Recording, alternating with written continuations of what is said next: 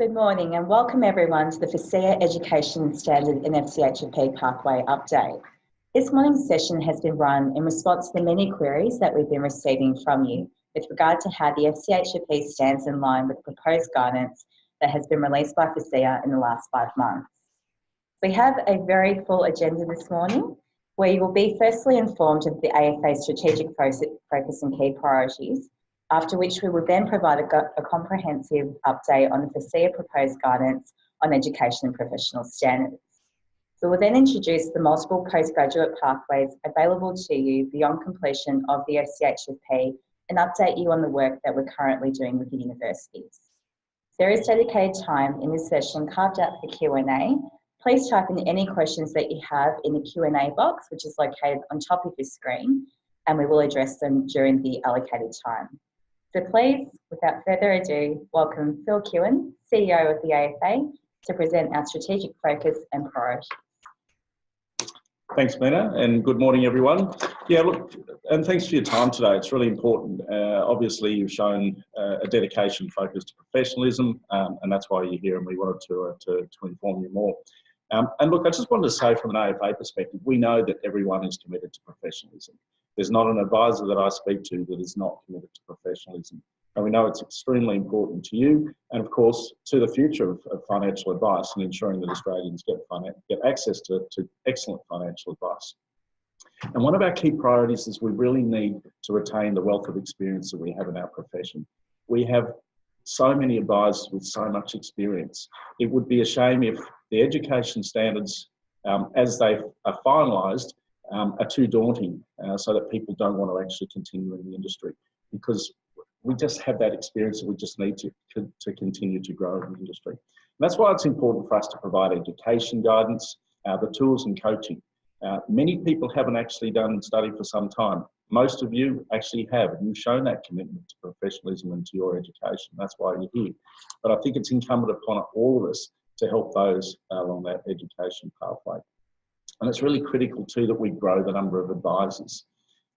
We see a lot of the threats, but we also see the opportunities. And this is a great opportunity not only to retain that wealth of experience, but also foster mentoring and encouraging career pathways for people to come into financial advice.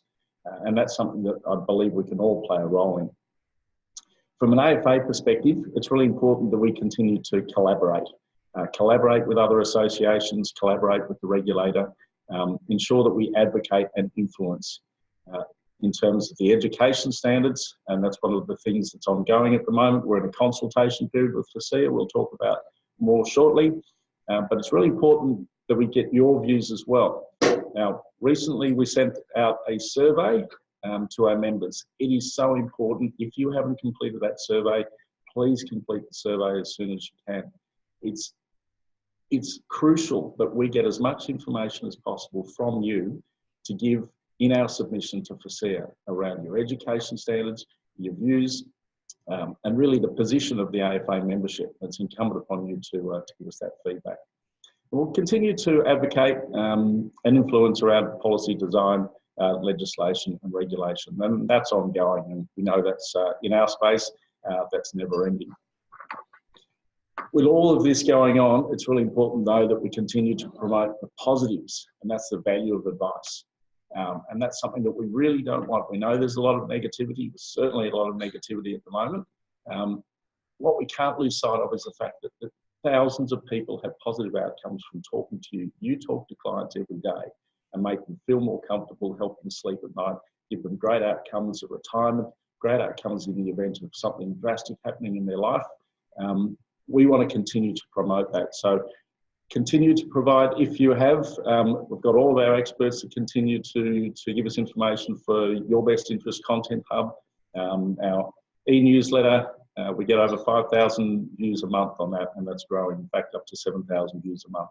So continue to use that information as best as possible, and we'll continue to advocate the value of advice. The most important thing for us, though, that's what we're talking about today, is helping guide our members through the education pathway. It is critical that we help and partner with you through the education pathway. And this is just one of the ways we want to do that today, and communicating to you where we're at and how we can continue to help you through that pathway, and recognising existing qualifications and designations. So on that note, I'll hand it back to you, Mina. Thank you, Phil. That was very informative, and please remember to participate in our member survey. I'd now like to introduce you to Phil Anderson, who is our General Manager of Policy and Professionalism, to update us on FASEA's proposed guidance on education and professional standards. Welcome, Phil. Thank you, Mina, and good morning, everyone.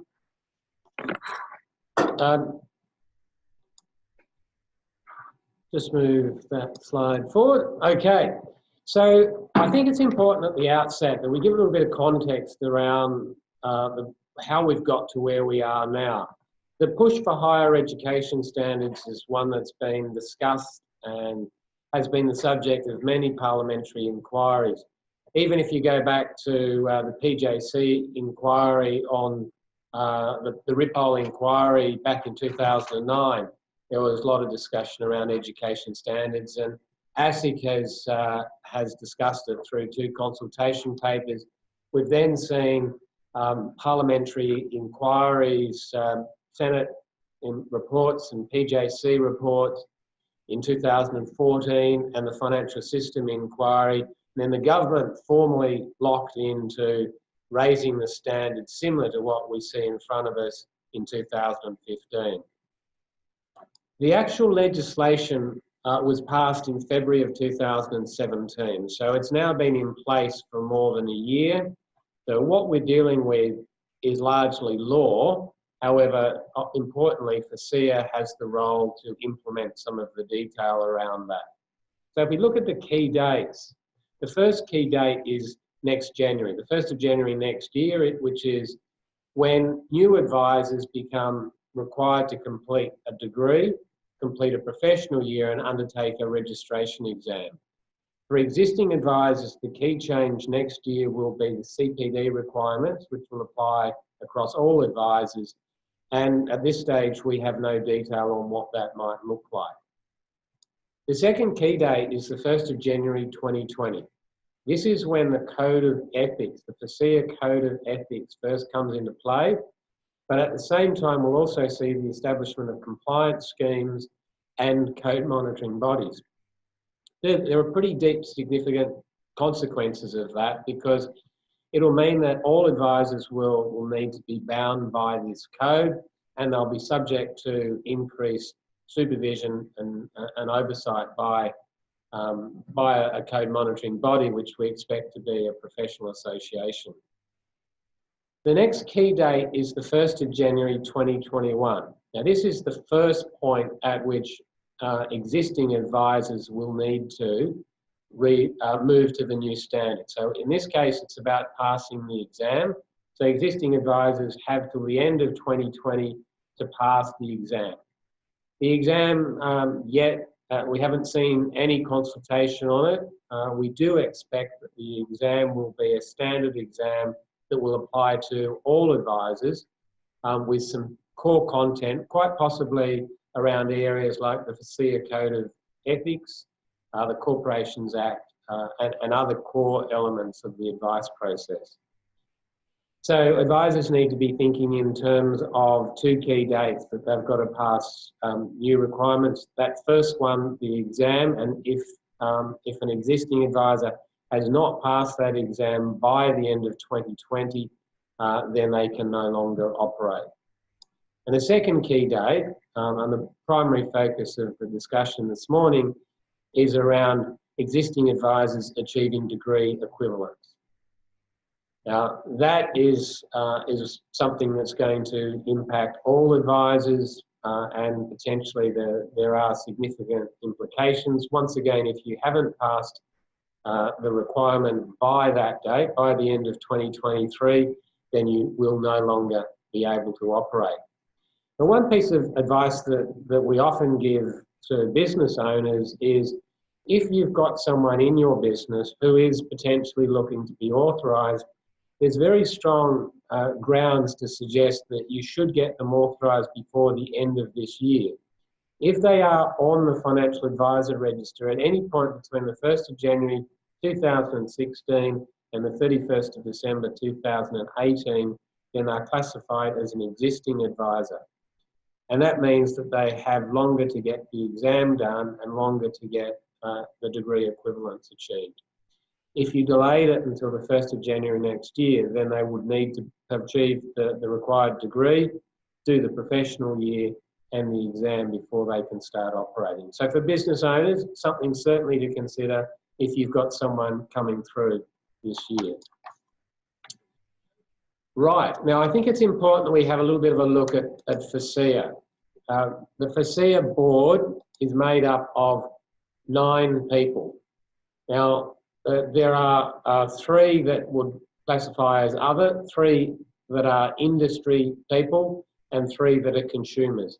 The consumer representatives will have quite a strong influence over this board. If we just look at the composition of the board in detail, Catherine Walter is the chair. She's an experienced company director. Simon Longstaff is someone who we know well as an ethicist in the Ethics Centre, and he's done quite a lot of work around the financial advice space. Mark Brimble is a professor from Griffith University, previously the chair of the Financial Planning Education Council, and has very recently taken on the role of acting managing director. And when we look at the industry representatives, Matthew Rowe, a previous chair of the FPA, currently the CEO of Count Plus, and previously a practicing advisor. Deborah Kent, who we know very well at the AFA, a practicing financial advisor, previous president of the AFA, someone well known within the industry. Stephen Somaji is a previous member at APRA. He's worked in the industry. At the moment, he's a director and involved with some universities. And the consumer representatives, Catriona Lowe as a FOS board member, Carolyn Bond has undertaken various roles in the consumer space. They are both lawyers. And Michael O'Neill from Seniors Australia. Michael became a high-profile figure back in 2014 when he actively lobbied to prevent the FOFA amendments.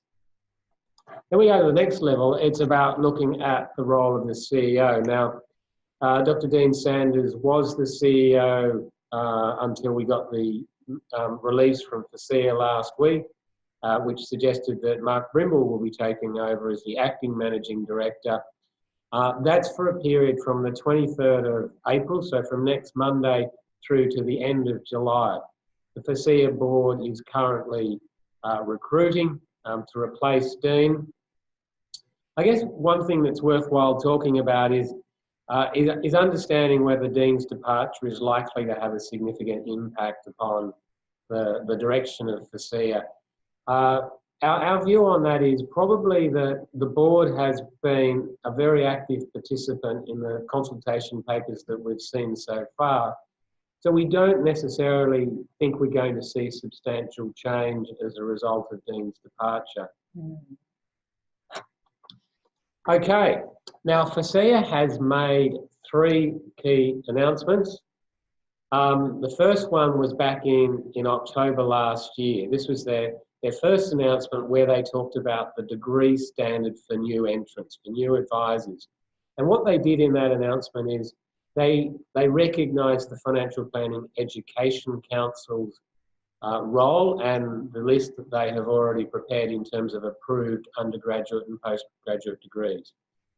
The Financial Planning Education Council, or FPEC, was set up in 2010 by the FPA, and it is a standalone group that plays an independent role in assessing degrees in terms of their compliance with entry into the FPA CFP program.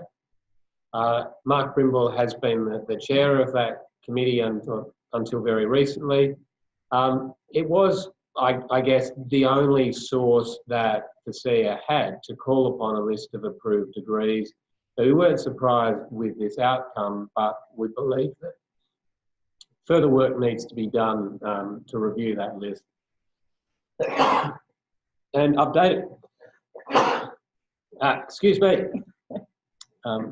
Not quite the right timing for a sneezing session. Okay, let's now look on the second key announcement by FASEA. I think the first one came down without great consequences or significance or great response from the industry.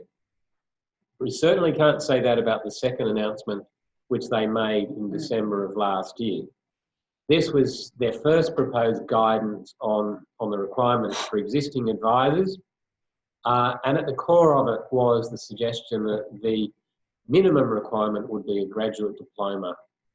Now, we'll talk more about the detail of that very shortly, but what we did see off the back of that was quite a lot of coverage in trade media and extensive blog feedback, which demonstrated to us the extent of anger that was out there, and probably the strongest focus in that angry response was those people who already have degrees and how they were being treated. FASEA went pretty quiet for a long period of time, despite the fact that there was quite a level of confusion and angst in the marketplace, until we saw Dean Sanders present at the SMSF Association conference in February of this year. In the background, there was obviously quite a lot of additional work that was going on, and we saw their updated guidance on the 20th of March, and we'll talk through that in some detail. At that same time, they also released the draft Code of Ethics for FASEA, and that's something that will be very important for us to have work closely with the industry and seek input from members, because this is the code under which all advisors will need to comply with going forward. Okay, now I've included this slide in here. This was the last page of the 14 December announcement. The whole document was long. It was 13 pages. It was complex. Advisors were put into different groups and given different options as to how they might achieve degree equivalence. We're not expecting you to study this. It probably takes a PhD to understand it. And I guess that was part of the process, that the document was too complex, too confusing, and it led to a lot of misunderstanding. The more recent document is a lot easier to understand, and it's putting people in certain groups. So you're either a new entrant, you're an existing advisor with no degree, you're an existing advisor with an unrelated degree, an existing advisor with a relevant degree, and we'll talk about relevant degrees shortly, or an existing advisor with both a relevant undergraduate degree and a relevant postgraduate degree, or you're an advisor with an approved degree, which is one of the degrees that are on that FPEC approved list. Okay, I want to talk through each of those groups in a little bit of detail, just so that everyone understands the exact requirements for them. And look, I recognise that there is one other category that FASEA has not got to yet, that we haven't included in our discussion this morning, and it's possible that we will have members present here who have overseas qualifications. Now that is another important area. It's undoubtedly a much smaller group, but FASEA will need to come back to that and provide clarification. So if we work through each of those categories, the first one is those who have an FPEC or FASEA approved financial planning degree. Now this group will be required to do the FASEA Code of Ethics bridging course. So they'll need to do one course. As an outcome of this, FASEA now expect everyone to do some form of further study. The next group is non-approved financial planning degrees. And I guess we need to be conscious that those universities that are currently on that list of approved degrees are not all the universities where people can study financial planning. I think it recognises a couple of key points, that some of the most well-known universities in the country aren't on that list. If we have a look at in Sydney, there's Sydney University, the Uni of New South Wales doesn't have an undergraduate degree on the list. If we talk about Melbourne, Melbourne University is not on that list either. If we talk about Western Australia, there's a key consideration for West Australians is that there are no West Australian universities that are on that list. Curtin was there but have discontinued their course, and UWA is not there at all. So there are issues that are going to flow out around the reach of the universities and how we can ensure that we have enough new advisors coming into the industry. So we just reflect upon this non-approved financial planning degree category. In the December announcement, there was a suggestion that the institutions could apply for retrospective recognition. That wasn't referred to in the 20 March release, so we don't know whether that is a continuing option. And certainly I have asked that question of FASEA, and my answer back was it was a good question. Okay, otherwise this particular group, if they can't get recognised as an approved degree, would otherwise be classified as a related degree and be required to do the 3 subject bridging course. Next category is the related degree. Now, I'm going to talk about the definition of related degree very shortly, because that is a very key consideration here, and it's going to mean that some people may find themselves in that category, and some people who expected to be in that category may no longer be in that category. So what their option is to do a 3 subject bridging course: the Code of Ethics, the Corporations Act, and Behavioural Finance. People who have both a related degree plus a postgraduate degree in a related discipline will be in the same consequence as those who have an approved degree and will only need to do a Code of Ethics bridging course. So this might mean someone who's got an undergraduate degree, potentially in accounting or non-approved financial planning undergraduate degree, and then they've gone on to do a postgraduate qualification in a related area, and we'll talk about related very shortly. Unrelated degrees. So there's no doubt many people on this webinar who have an unrelated degree, and we're talking about things like arts, science, engineering, teaching, nursing.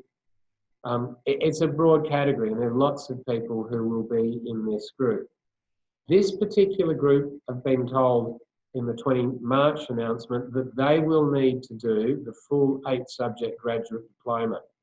The consultation paper suggests that this group may have access to more recognised prior learning because of the previous study that they've done.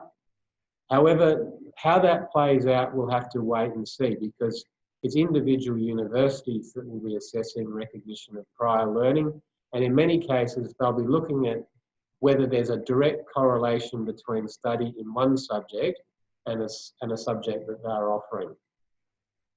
Now, importantly, professional certification is a group that I think recognises where some of the heat has certainly been in this debate over the last 4 or 5 months. We think it's a critical group to be considered. People who have already made a particular commitment to their education and to make them the best advisors they could be. And we're not just talking about people who have completed the FChFP, but obviously there's people who have got the CFP, and some of our members do have the CFP. So at this stage, this is a group that really hasn't been recognised, and at this point where FASEA has landed is the best opportunity that they will have is recognition via RPL for the study that they've already done. And I want to talk more about that shortly, because there will be more opportunities opened up for this. And the final group is those who have no tertiary qualifications. Now, this is undoubtedly the largest group of advisors. Now, when we say they've got no tertiary qualifications, they may very well have the DFP, the Advanced Diploma in Financial Planning, and potentially a professional designation. So unfortunately at this stage, this group is the one that's been said, well, you'll need to do the full graduate diploma, and whilst there'll be recognition for prior learning, it's probably going to be less than for other categories. So Phil, just for the benefit of those online, because it's extremely relevant, it's important to note that Even though professional certifications do not appear that they will satisfy the FASEA education requirement moving forward, they can actually count towards recognition of prior learning for those qualifications that are approved by FASEA. So at the moment, we've got the Masters, which is on the FASEA and FPEC list, and the Graduate Diploma of Financial Planning, which is pending approval by FASEA at present. Yeah, good point, Mina. And I think that a number of people have chosen to do that Masters of Financial Planning, and that is a recognised course, and people who have completed that will be in the position that they will only need to do the Code of Ethics subject. Wonderful. Okay, what is a related degree? And I think this is an issue that is really important for people to understand. And I think there's been a lot of confusion out there. The 20 March announcement fundamentally changed the way FASEA proposed to look at this. But I want to take you back to the reference in the 14 December 2017 announcement. They referred to degrees. So it was about the actual course you completed and what the degree was in. So there was a recognition of accounting, business, commerce, finance, economics, and law. Now, it's important to understand that a business degree or a commerce degree could certainly cover accounting, it could cover economics, but there's a number of other majors such as marketing, industrial relations, management, and so on. And we thought at that stage that anyone who had a related degree would be accepted in that category without further question. The announcement on the 20th of March presented a very different picture, and it has in part been confused by the fact that some of the communication and even the FASEA website provided a different story. So the FASEA website until late last week actually included reference to business and commerce degrees. That's something that I'd been actively going back to FASEA to say, hey, this is going to cause confusion. People are going to wrongly assume that they are in that related degree category when potentially they are not. Now, this is why it is really important that people understand this, because you need to understand whether you're going to be required to do, say, a bridging course, 3-subject bridging course, or being required to do the full graduate diploma. So at the moment, the consultation paper says it depends upon your major or specialisation. That could be financial advice, financial planning, finance, accounting, tax, economics, or law. But it doesn't say marketing. It doesn't say other majors. It doesn't even give us clarity as to whether someone who has an MBA, which is, I guess, viewed as one of the highest qualifications in the business area that you can get. Often MBAs don't have specialisations or majors, so how might they be treated? I think it's important when we talk about further steps that we would encourage members to take. This definition is really important, and we encourage people to actively lobby FASEA for a better and more sensible outcome. And certainly I think there are going to be people in the commerce and business space that will have questions and concerns in this area. Okay, what I want to do now is just go back and reflect upon what the AFA's position is, what our principles are with respect to what is being done here and what we're trying to achieve. Now, there's no doubt that the government and consumer groups, and FASEA for that matter, see the primary objectives as raising the education standards for the advisor community, both current and future. And it's also about raising ethical standards. Now, we'll see more on that as they progress with the Code of Ethics. But what we think at the moment has been left out of this debate is a priority around retaining as many of the existing advisors in the industry as may be possible. We think that if we focus on this, we sensibly develop solutions that will facilitate this. Yes, advisors will need to do more study, but it's important that we hold on to those existing advisors. We're very conscious that if we had a significant loss of advisors, then who's going to be around to mentor the new advisors? Who's going to be around to lead the industry? What's the implications for business values? All of those things are particularly important, and across all of them is making sure that clients continue to have access to quality financial advice. The last thing we want to see is a lot of clients basically losing their advisor as an outcome of this. Okay, now I want to talk more about our advocacy objectives. We want a broader and clearer definition of related degree. We believe it should be on the basis of the degree itself and not be about the major or specialisation which leads to an arbitrary determination. You know, it's one thing to say a law degree will tick the boxes, but the law degree could have been in defence or civil matters, criminal matters. You know, the question is, how is someone who's a barrister trained in criminal law going to be more qualified to provide advice than someone who's got a marketing degree? These are some of the key considerations that we have. Now also, we are very conscious that a few groups have basically stepped backwards in the 20 March announcement. The key group here is those who have an unrelated degree. In December, they were told they would need to do a bridging course. Now they're being told they need to do an 8-subject graduate diploma.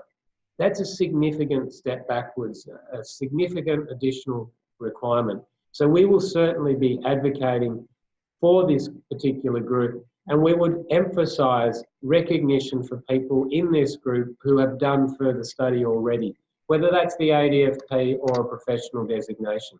We need to come up with a better solution for this group. Equally, recognising professional designations, finding a way to see those professional designations taken into account and for people to be given recognition and respect for the study that they've already done. One point that is really important to us is the older advisors. We think that this is the group that is most vulnerable to be lost as part of this process, and that's quite natural. And the further education is a significant investment decision. And if you're approaching retirement, you may well just choose, well, no, I'm not going to do that. I can't see the economic business case for doing that. I'm going to step back. Maybe I'll find a different role to work in. And we need to work hard to hold on to these advisors. So we'll be having more to say about a solution we think that's going to work there. Also importantly is we want to make sure that where people are doing study, it's going to address their needs.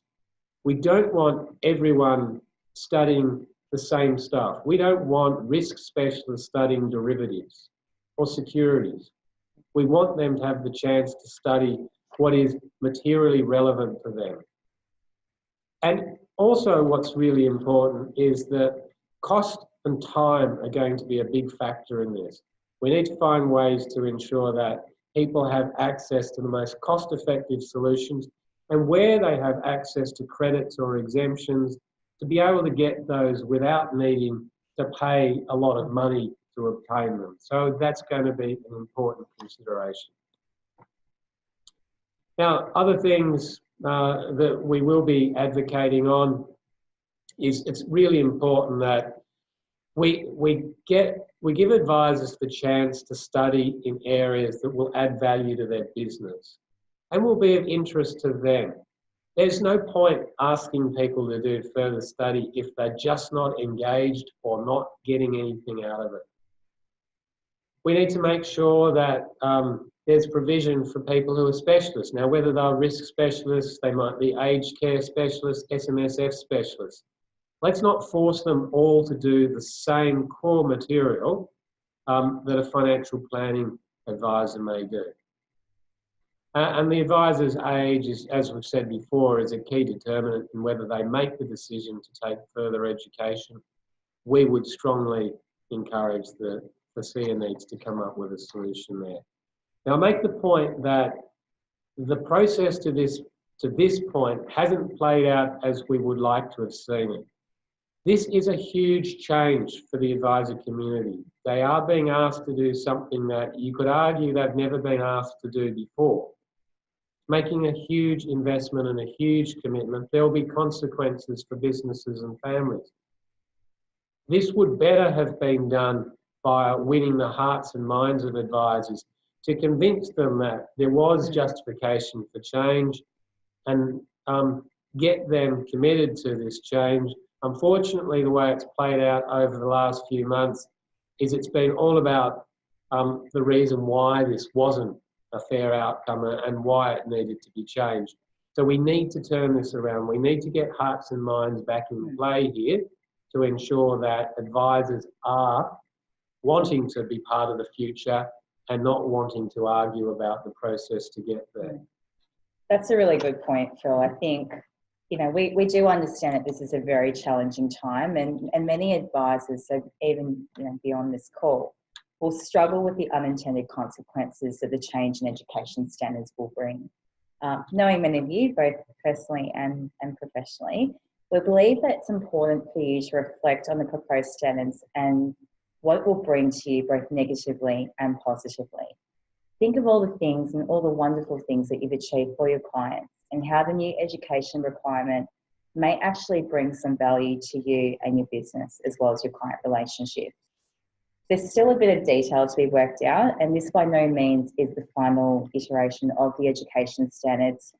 So a really important thing is please don't make any rash decisions to quit financial advice today or tomorrow. One thing that the AFAs always encourage, and we speak about this quite a bit, is forming peer groups, because the best support system that you can have during study is actually each other. And remember, you're not alone. The AFA is here to support you towards the journey to 2024 as well. So Phil, what are the next steps that the AFA will be taking? So we're in the middle of the consultation process now. It opened up on the 20th of March. And for the education standards, it will close on the 29th of June. The AFA will want to get out early, our position, because I think it's important that we make that public and we get it out there. And then that gives members and other stakeholders in the advice community the chance to jump in behind some of our recommendations.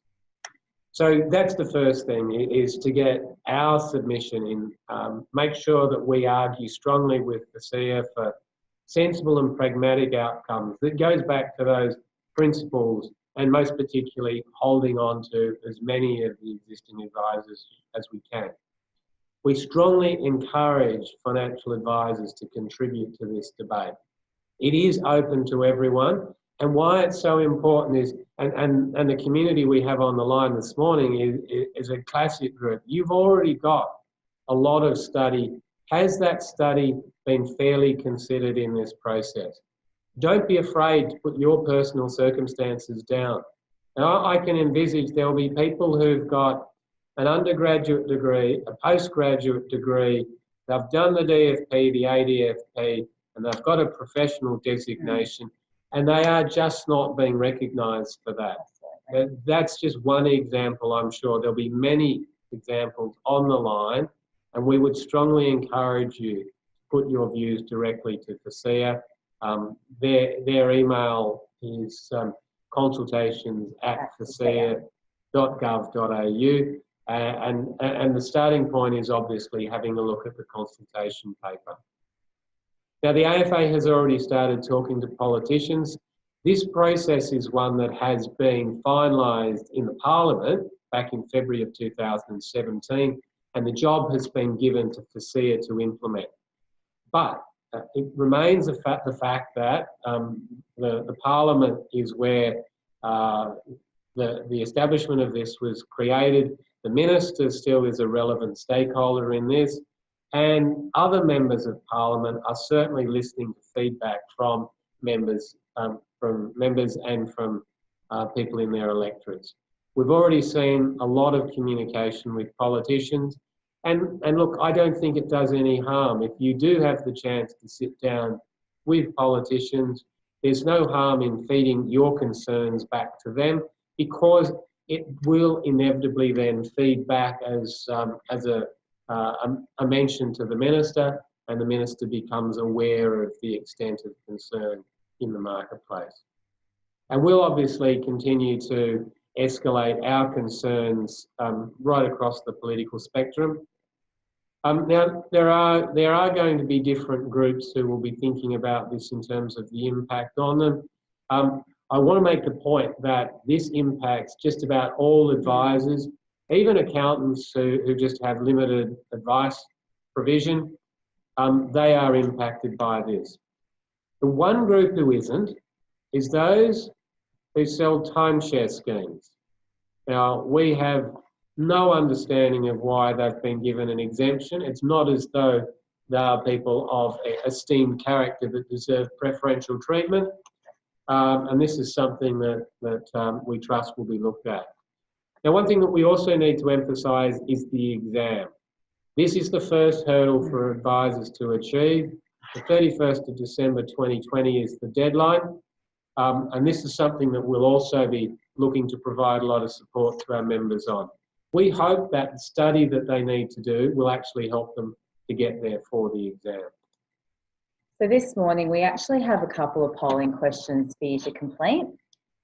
So looking at the first question, how do you feel about the additional proposed guidance that was delivered by FASEA on the 20th of March relative to the 17th of December? So we'll just give you a couple of seconds to fill that one out. And then moving to the second question, what do you think is the most important issue for the AFA to advocate for on your behalf? We'll just give about 5 more seconds.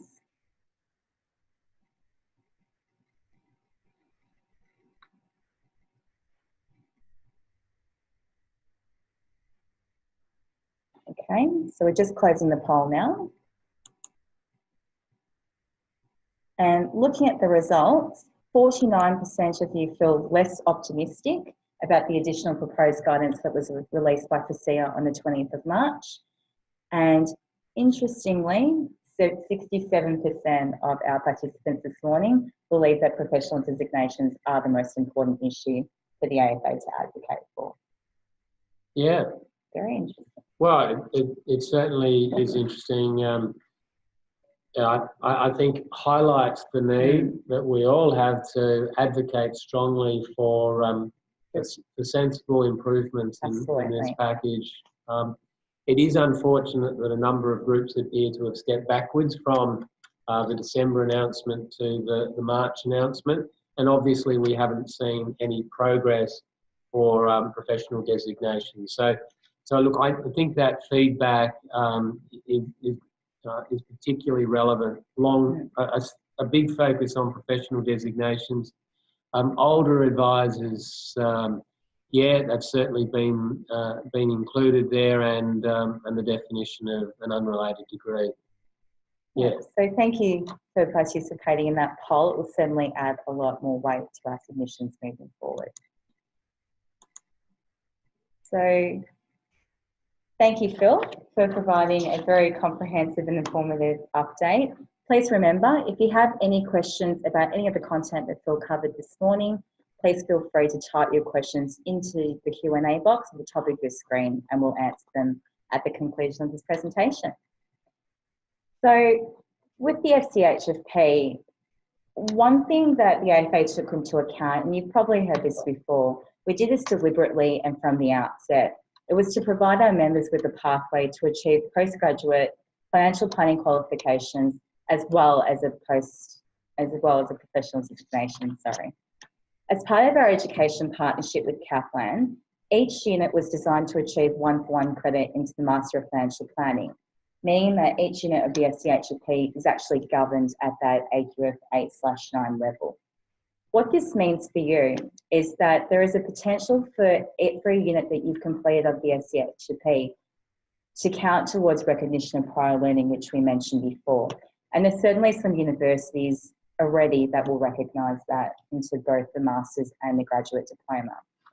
And as Phil discussed before, university engagement is a key priority of the AFAs moving forward, where we will be seeking recognition for the FChFP into the financial planning postgraduate qualifications offered by universities around the country.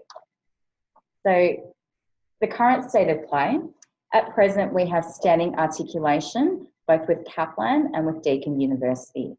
So looking at the table, most of you will be familiar with the Kaplan Masters of Financial Planning pathway, where you can access 4 academic credits into that qualification. More recently, and we're really excited to announce this, Deakin University have actually become a partner of the AFA, and what they'll actually do is recognise 1-for-1 credits into both the Graduate Diploma of Financial Planning as well as their Masters, so you get a little bit of flexibility. As well as Western Sydney University, we are currently in the application process with them to have FChFP recognised into both the Graduate Diploma and Master of Financial Planning. So watch this space. So at this time of change and uncertainty, we've mentioned this a couple of times, but I want to stress that it's so important that you understand that you're not alone. Campus AFA is here to help, and we've got 2 smiley faces on the screen. Earlier this year, so some of you may have had the pleasure of already speaking with Mark Klobuchar. Mark joined us in January this year from Challenger, and he's actually a dedicated resource to assist advisors on their education pathway alongside me. Campus AFA are committed to assisting you both during and after completion of the FChFP. So please give us a call or send us an email if you have any questions about your education pathway. So we mentioned Mark before, you can hear him but you can't see him. He's been collating your questions for this morning. So Mark, would you like to read out the questions that our members have? Thanks, Mina. So we have a question from Alan Galeb. He says, I have an advisor who left the industry due to going overseas for 1 year. Will they be treated as a new advisor when they get back? Well, that's a good question. Now, the actual definition of an existing advisor is anyone who was on the register from the 1st of January 2016 to the 31st of December 2018. Now, from what the question says, if he's only gone overseas for a year, then he must meet that criteria.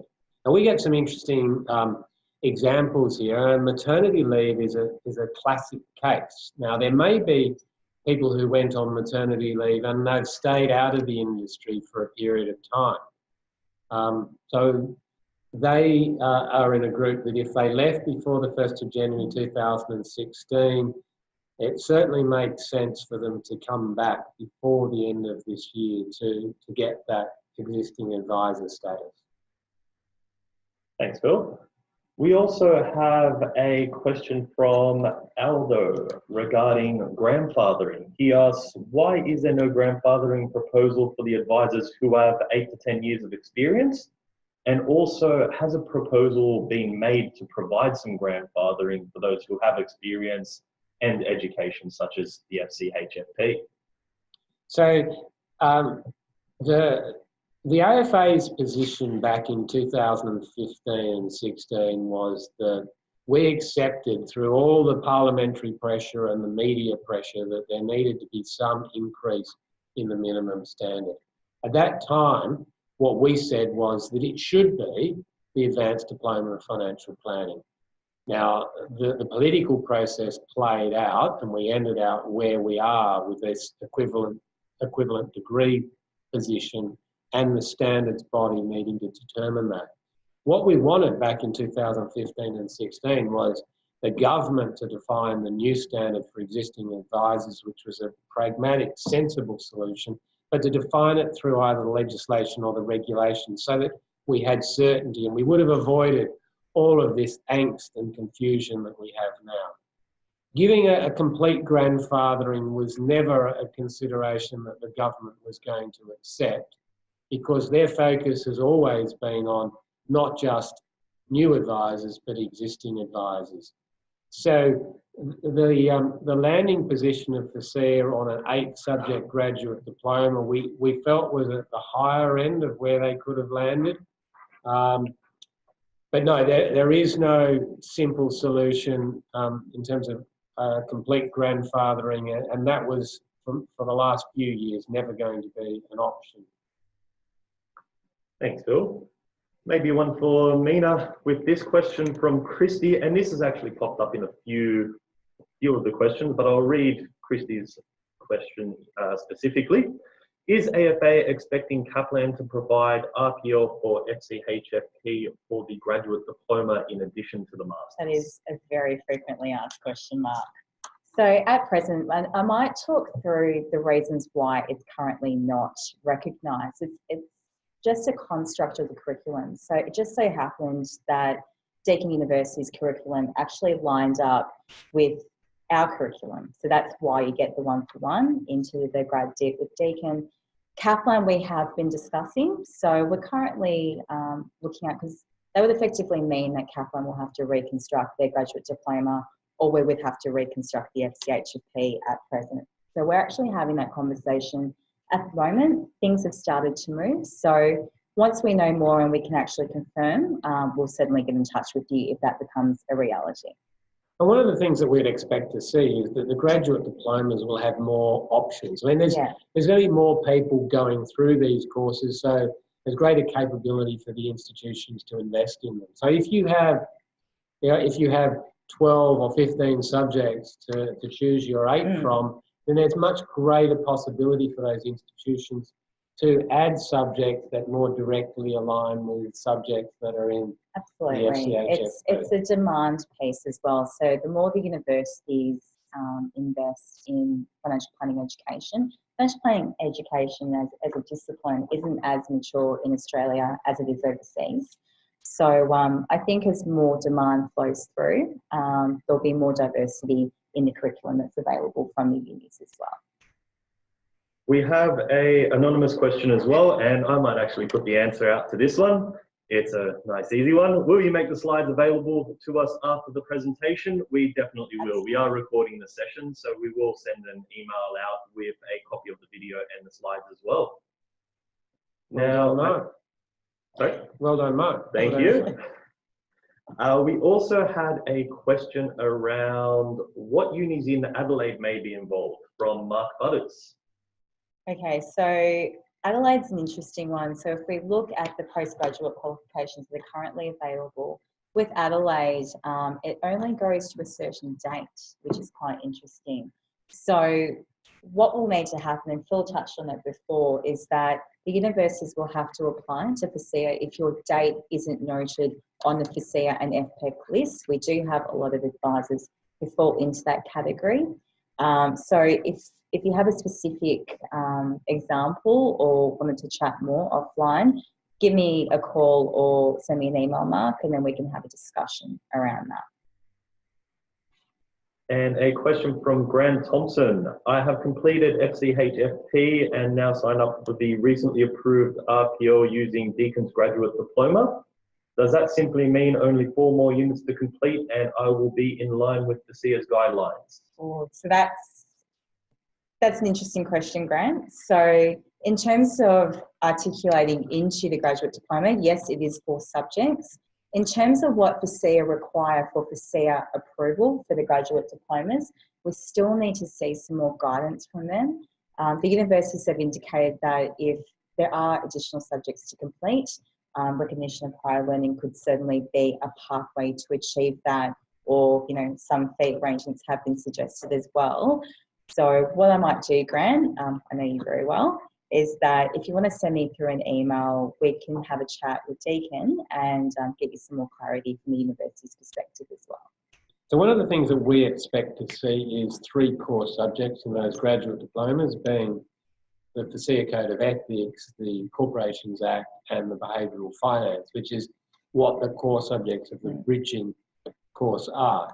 So we will envisage the graduate diplomas will change and that they will recognise those three, but maybe there'll be much greater flexibility with a core and a set of electives around the outside. That's right. And it does open up the question of when is the right time to start?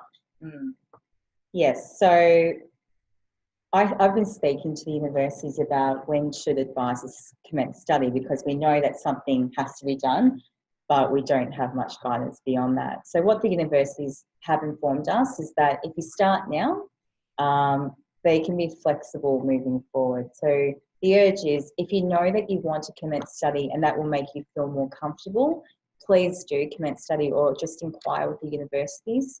They're very open to speaking to you about your personal circumstances, and it's no obligation as well, so you can just do a bit of fact finding.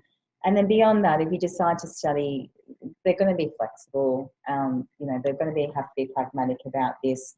There are, 25,000 advisors out there who potentially do have to study, and they're certainly aware that if they don't honour certain things, that will not be good for them. So we may see that they change the courses to add these core subjects and to add the electives, and the advisors will be able to just evolve through that. That's right. So there'll be potential for recognition. Yeah. Or the course just has greater flexibility. Will just change. Yeah. Al Fernandez has asked, if you presently have a degree in commerce and a postgraduate diploma in business administration, as well as a diploma in financial planning and FChFP, will that be sufficient or still more study be required? So the question was a degree in commerce, so it comes down to what the major was. So we can answer the question that we went through the slide. We talked about a related degree being one that has a major or specialisation in accounting, financial advice, financial planning, finance, economics, tax or law.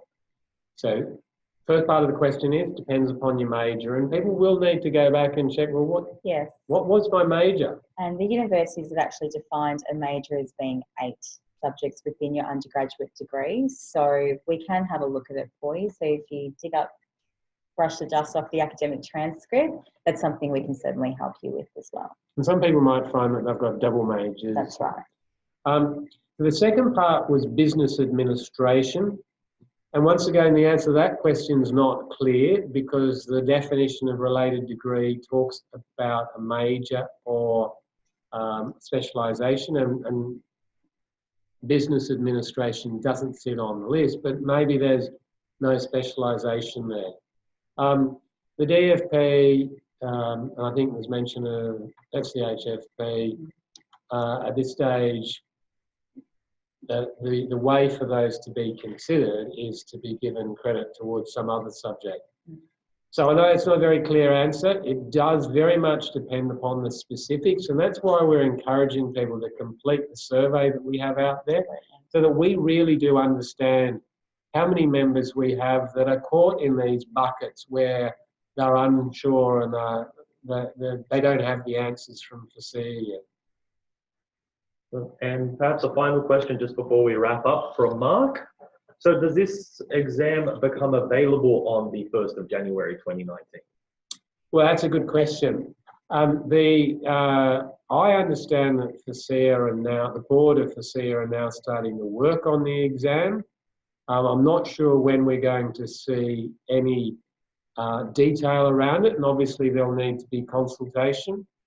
We envisage that they are working on a 1st of January 2019 time frame. We don't, though, I mean, it becomes critically important for new advisors from that date, but we expect there'll be a trickle.